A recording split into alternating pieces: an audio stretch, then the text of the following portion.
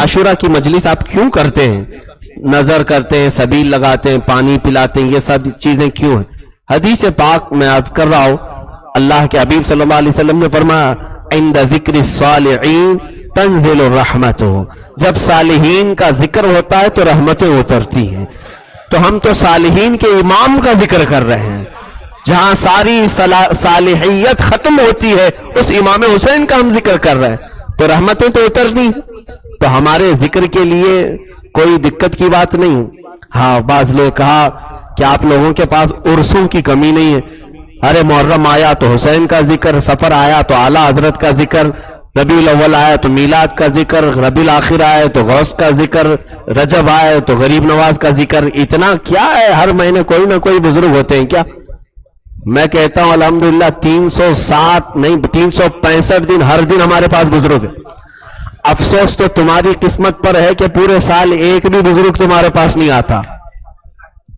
ہم جتنے اولیاء اور بزرگوں کے ذکر کرتے ہیں، اے میرے عزیز، ان کے ذکر سے ہوتا کیا ہے؟ ارے مرجھائے ہوئے دل پھر سے تازہ ہو جاتے ہیں۔ جو غریب ہیں، جو مشکلات میں پھنسے ہوئے ہیں، ان کو صبر سیکھنے کو مل جاتا ہے۔ ہاں، غوث پاک کے تذکرے جب ہم کرتے ہیں تو کتنے لوگ گناہوں سے توبہ کرتے ہیں۔ کیا یہ اصلاح نہیں ہے؟ لوگ رسول کے کیوں مخالف ہیں؟ کیوں بزرگوں کے ذکر سے مخالفت کرتے ہو؟ خیر، افسوس تمہارے اوپر ہے۔ سبیل، کھچڑے، نظر، نیاز، یہ معاملہ، محرم کی مجلسیں، دیکھیں نیت پر ہے، ساری چیزیں نیت پر ہے۔ نظر و نیاز، کھچڑے، سبیل وغیرہ یہ ساری چیزیں نیت پر ہیں۔ ہم یہاں پر نیت یہ کرتے ہیں کہ پانی پلانا ثواب کا کام ہے، میرے آقا صلی اللہ علیہ وسلم نے فرمایا۔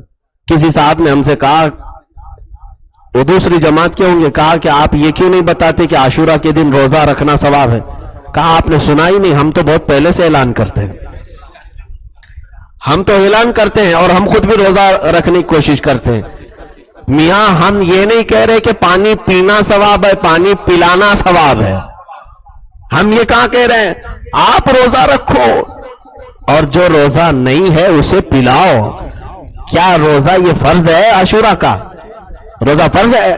ارے رمضان کا روزہ بھی مسافر پر معاف ہو سکتا ہے، وہ چھوڑ سکتا ہے، بعد میں رکھ سکتا ہے، تو یہ تو نفل روزہ ہے۔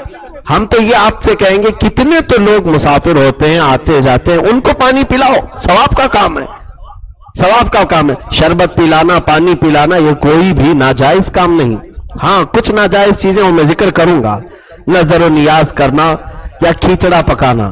کچھ لوگ یہ کہتے ہیں کہ امام حسین کو پانی اور کھانا بھی نہیں ملاتا اور یہ سنی بڑے بڑے کھچڑے بناتے ہیں محرم۔ یہاں بھی تم بیوقوفی کرتے ہو، ہم کھچڑا امام حسین کا نہیں ہے، یہ اس کی تاریخ الگ ہے۔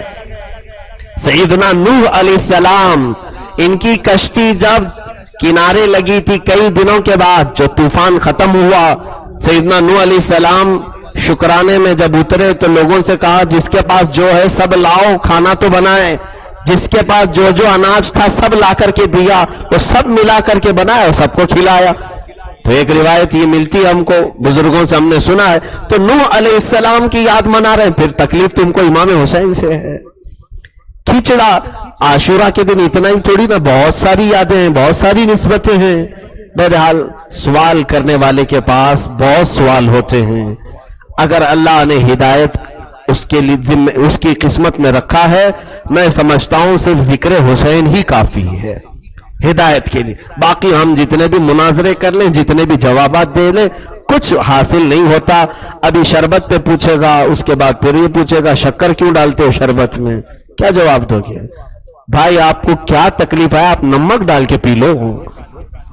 ہم نے شربت کو نہ فرض کہا ہے نہ واجب کہا ہے، ہم نے شربت کو کہاں فرض واجب نہیں کہا، یہ نفل چیزیں ہیں، مستحب چیزیں ہیں، تمہیں جس طرح سے چاہے پی لو۔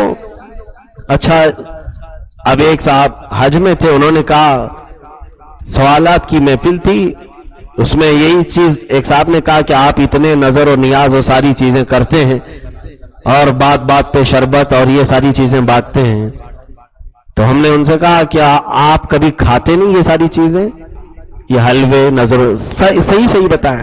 انہوں نے کہا ہاں ہمارے پاس آتی ہے تو ہم کھا لیتے ہیں۔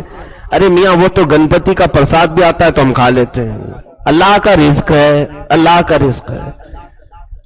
معاذ اللہ رب العالمین، زبان سے مولا نے ان کی یہ تک نکلوا دیا کہ وہ ساری چیزیں کھاتے ہیں، لیکن کہتے آپ لوگ کرتے کیوں ہیں یہ ساری چیزیں؟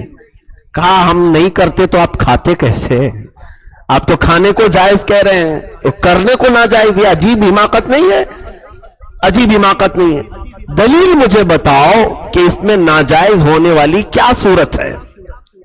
ناجائز ہونے والی کیا صورت ہے؟ کہا دیکھیں، انہوں نے ہمیں ٹھنڈے دل سے سمجھایا، اس طرح کا پانی رکھنا، شربت رکھنا اور اس پر فاتحہ پڑھنا، یہ ساری چیزیں تو کہیں اسلام میں ہے ہی نہیں، یہ کیا کرتے ہیں آپ؟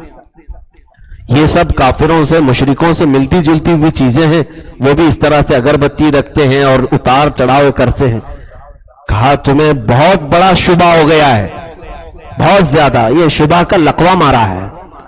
وجہ یہ ہے کہ تمہیں فرق نہیں سمجھ میں آ رہا ہے، یہاں قرآن پڑھا جا رہا ہے، یہاں قرآن پڑھا جا رہا ہے، اور یہ تمام چیزیں رکھ کر کے ہم صرف یہ سمجھتے ہیں اللہ کا قرب حاصل کریں، اور وہاں وہ مٹھائیاں اور کھانے پانی رکھ کر، اگربتی رکھ کر وہ مورتیوں کا قرب حاصل کرنا چاہتے ہیں، وہ مورتیوں کا قرب حاصل کرنا چاہتے ہیں، ان کے قریب ہونا چاہتے ہیں، ہم مولا کا قرب حاصل کرنا چاہتے ہیں۔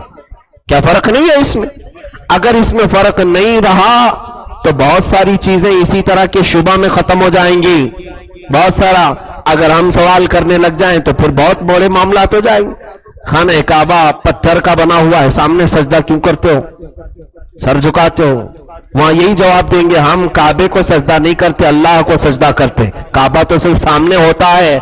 ہم یہی کہتے ہیں مٹھائی صرف سامنے ہوتی ہے، فاتحہ اللہ ہی کے لیے ہوتی ہے، وہ تو صرف سامنے ہوتی ہے، مٹھائی وغیرہ سب سامنے، رزق رکھا جاتا ہے، یہ سارا جو عمل ہوتا ہے یہ اللہ کے لیے ہوتا ہے۔ میرے عزیزوں، بہکانے کے لیے بہت ساری باتیں یہ کرتے ہیں، سبیل، نظر، نیاز، یہ تمام چیزیں۔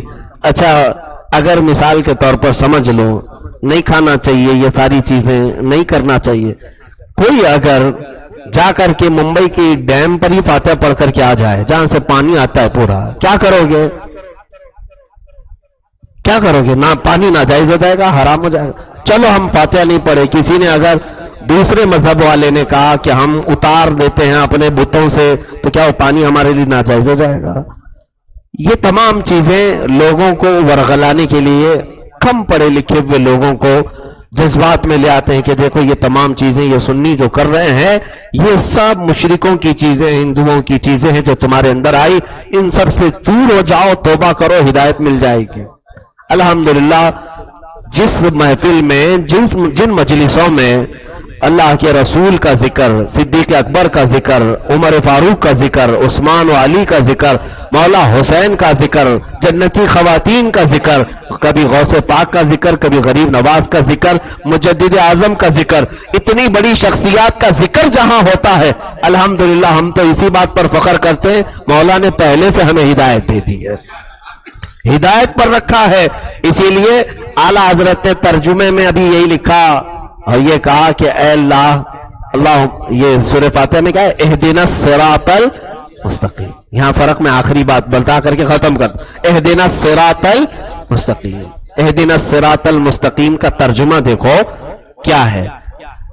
دوسری جماعت کے مولانا ہیں، انہوں نے لکھا ہے کہ اے اللہ ہمیں سیدھا راستہ دکھا، اے اللہ ہمیں سیدھا راستہ دکھا، اے اللہ ہمیں سیدھا راستہ دکھا، ہدایت مانگ رہے ہیں۔